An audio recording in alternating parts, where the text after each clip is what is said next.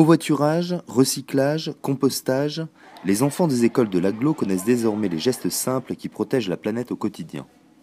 Depuis un an, dans le cadre de son plan Air-Climat, la métro a lancé le projet École à énergie positive afin de sensibiliser les bambins à l'écologie et inciter leurs écoles à réduire leur consommation d'énergie.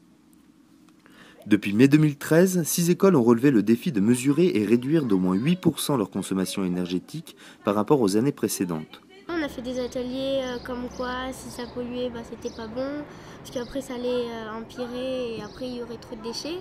J'évite de jeter des papiers dans la rue, je fais attention à la lumière, quand il fait jour j'ouvre les volets. La métro a piloté le projet de défi des écoles à énergie positive qui s'est déroulé sur l'année scolaire 2013-2014.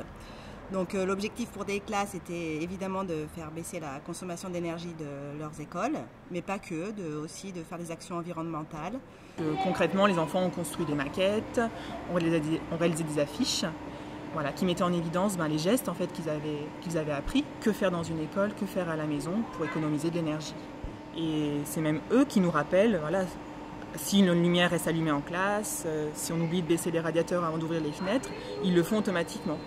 Et petit à petit, ils le transmettent aussi aux familles. Donc c'était vraiment le but en fait de cette action. J'ai appris que, par exemple, il faut venir à l'école à pied plutôt qu'en voiture ou en vélo ou même en trottinette. C'est très important parce que c'est pour notre planète et si on ne le fait pas, après ça se peut qu'on ne pourra plus vivre. Le résultat technique, c'est qu'on a eu des économies réalisées dans toutes les écoles qui vont de 3 à 16% d'économies par rapport aux années précédentes. Et au point de vue pédagogique, on a eu des résultats très satisfaisants avec des élèves qui ont fait les restitutions des enseignements. On a appris à faire du papier recyclé, on a appris un peu à économiser. Cette année, il n'y a pas eu de neige à Poisard. Du coup,